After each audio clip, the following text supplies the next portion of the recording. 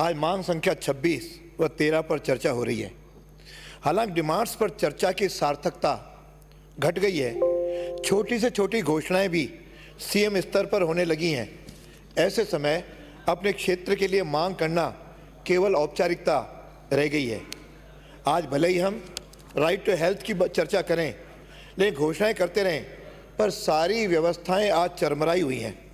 हालांकि स्टाफ, डॉक्टरों, नर्सेज आदि ने कोरोना के दौरान अद्भुत व सराहनीय काम किया है, पर स्टाफ के पास संवेदना की कमी के कारण सबके हाथ बांध दिए हैं। आज राजस्थान हेल्थ इंडेक्स में देश भर के 16वें नंबर पर है। सरकारी खर्च के राज्य में राष्ट्रीय औसत से 25% कम व्यय होता है। प्रति व्यक्ति राज्य में 3,406 रुपये खर्च हो रहे हैं। उसमें सरकार का केवल 1,369 रुपये है, जबकि केरल में 9,000 रुपये, हिमाचल प्रदेश में 6,500 रुपये खर्च होता है। ऐसी स्थिति में और जबकि विश्व के 100 देशों में से ज़्यादा शिशु मृत्यु दर आज अपने राजस्थान में है, यानी 1,000 में से 35 लोगों की शिशुओं की मृत्यु हो रही है।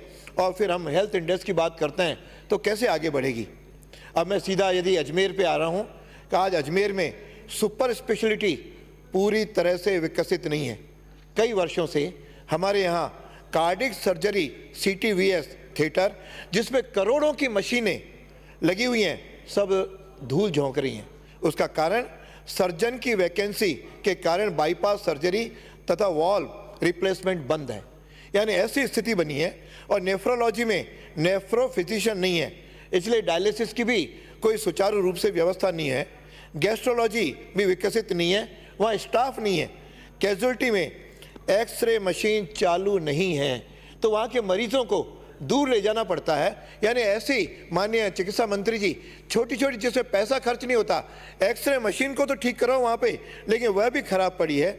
और निःशुल्क दवा योजना काउंटर पर आज दवाएं पूरी उपलब्ध नहीं है, इसलिए। और साथ में जांचें फ्री होंगी, जांचों की संख्या बढ़ा रहे हो, बढ़ाओ, अच्छा है, जनता को लाभ मिलना चाहिए, लेकिन जेएलएन में महंगी जांचें उपलब्ध ही नहीं है।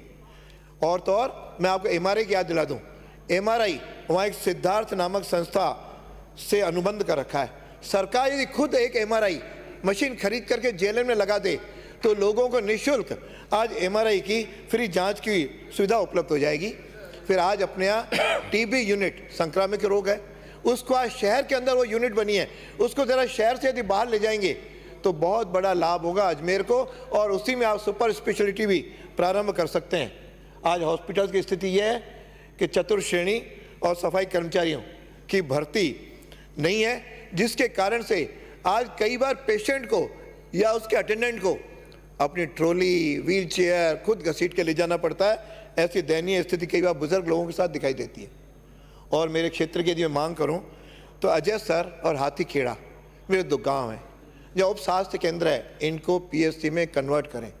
और एक कुंदन नगर है, वहाँ पर आप उप स्वास्थ्य केंद्र आप शुरू करें तो वहाँ की काफ़ी बड़ी 10-10 हज़ार, 20-20 हज़ार जनता को लाभ होगा। आज वो उससे वंचित हैं। हमारे समय हमने एक CSC पंचशील के अंदर 5 करोड़ की लागत से बनवा दी, लेकिन आज बिल्डिंग बनी हुई है, 1-2 डॉक्टर फॉर्मल बैठे हैं। यदि उसमें आप डॉक्टर भेज देंगे तो उस पूरे एरिया को चिकित्सा सेवाएं उपलब्ध हो सकेंगी। इलाज चिकित्सा सुविधाओं से वंचित हैं, क्योंकि स्टाफ नहीं है, इसके कारण से हालत बुरी है।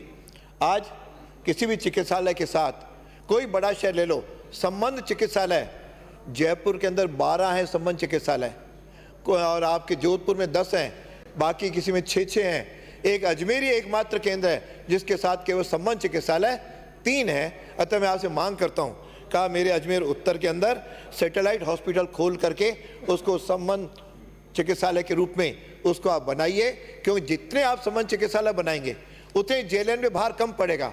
आज जेएलएन पूरा संभाग का हॉस्पिटल है, और उसमें यह हालत है कि जितने पेशेंट के बेड्स हैं उससे ज़्यादा पेशेंट तो आपको धरती पर, ज़मीन पर मिलेंगे।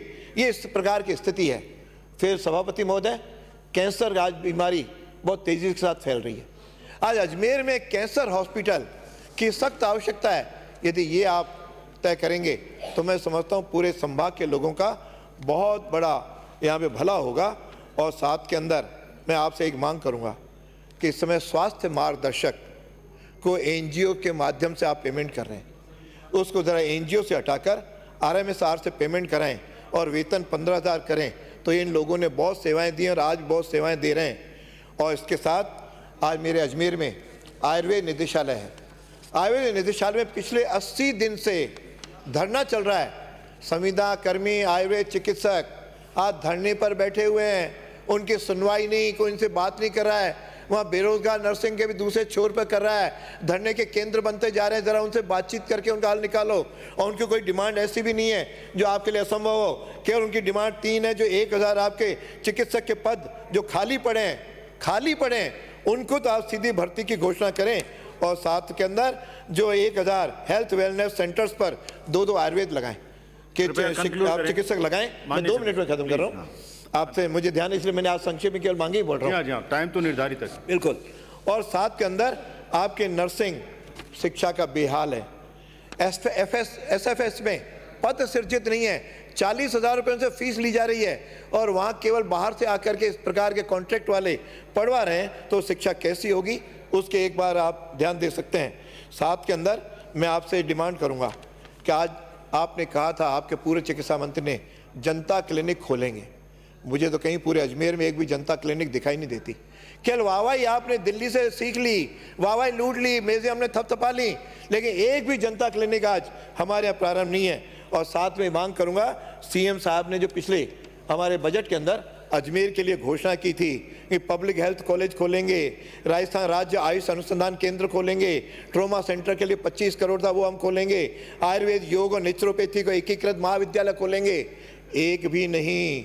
और मल्टीपर्पज़ इंडोर हॉल बनाएंगे, वो तो एक अलग हॉस्पिटल मैनेजमेंट कैडर बनाएंगे, उसका कहीं पता ठिकाना नहीं।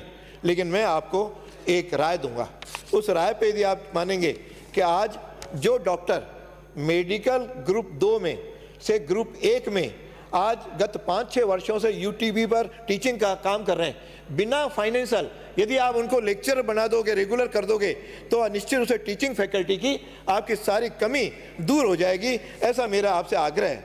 और यदि थोड़ा सा मैं 1-आधा मिनट ले लूँ कि आपका एसएमएस का हालचाल क्या है। एसएमएस में इंफ्रास्ट्रक्चर नहीं है। आज जितने बेड हैं उससे दुगने ज़मीन पर हैं। आपने प्रपोज्ड जो कार्डिक विंग टावर की घोषणा की थी, उसके आज कहीं पता नहीं है। कॉटेजेस आपने तोड़ दिए, वहाँ कहा था कि 21 मंजिल की बिल्डिंग बनाएंगे, आज वो फिजिबल नहीं है, लेकिन उसको नहीं बना पा रहे हैं। इस प्रकार की स्थिति है। साथ में ये मांग करूंगा कि योग विश्वविद्यालय अजमेर में खोलेंगे तो आज ये योग की महिमा, योग की बीमारियां हैं, आपके एलोपैथी पर कम भार पड़ेगा, योग से लोग स्वस्थ होना शुरू हो जाएंगे। इसलिए योग विश्वविद्यालय अजमेर में खोला जाए। सभापति महोदय, आपके आज्ञा अनुसार मैं बहुत जल्दी अपनी बात को समाप्त करता हूँ। धन्यवाद।